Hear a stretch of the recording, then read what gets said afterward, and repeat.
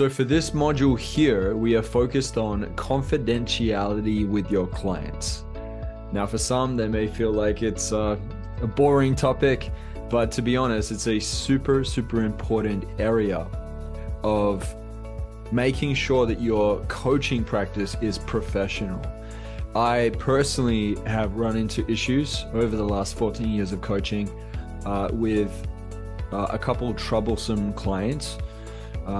I kept things professional, but one of them in particular tried some things on me and tried to use some things against me. And lucky that I had some confidentiality agreements in place, lucky that I kept track of my recordings, and that particular client couldn't use anything against me ultimately when I got my legal team involved.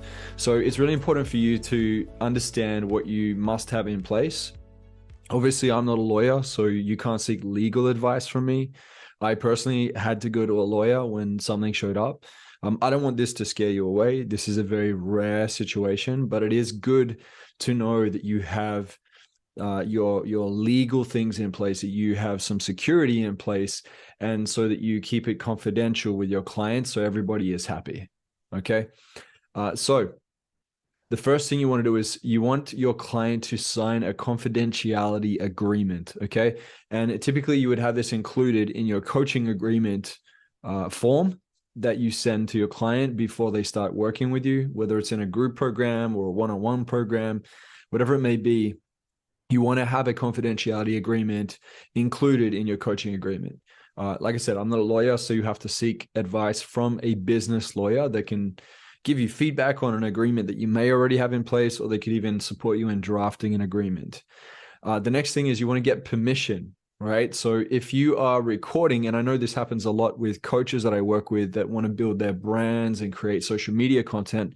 If you are recording a coaching session and you have a client that's sharing something and you feel within yourself like, wow, that would be really awesome to cut that and use it as a snippet on my social media.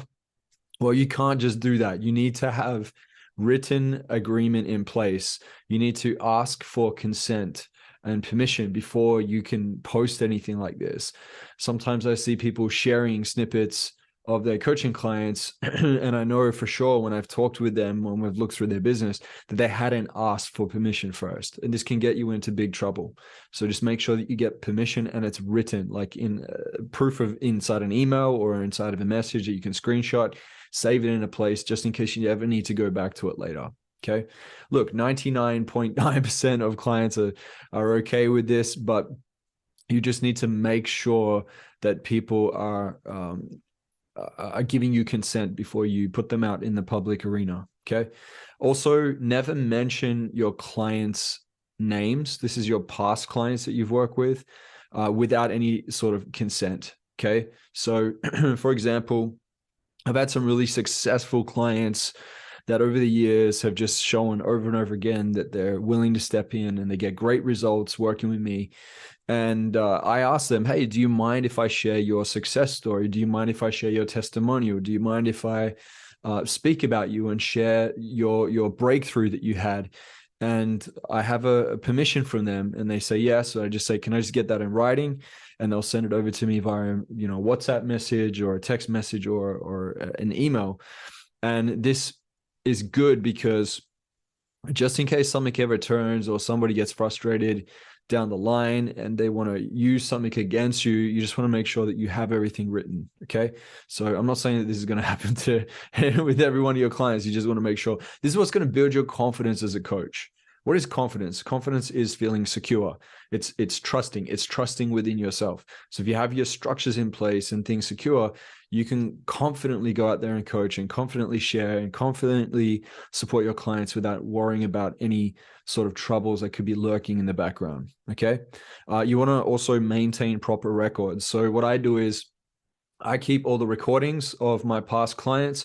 If I ever have any clients where, let's say it's like a, big coaching session and there's a lot of like big things happening in that session Maybe there's a lot of financial talk. Maybe maybe it might be a bit of a heavy session every time I work with them, and it seems like they're going through a lot of drama and things like that. I will do an extra backup. So sometimes I'll put some of my coaching sessions that we've recorded through Zoom, I'll put it up on a cloud drive, and only I can access that. Nobody can. I don't give any sort of permission to any team member or assistant or anybody, okay? Because this is confidential and private between my client and I, okay? This is what we agreed upon.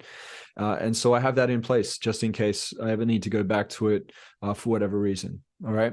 You want to also have secure communication channels. You don't want to be talking about private things in group chats with every other client that you have, okay?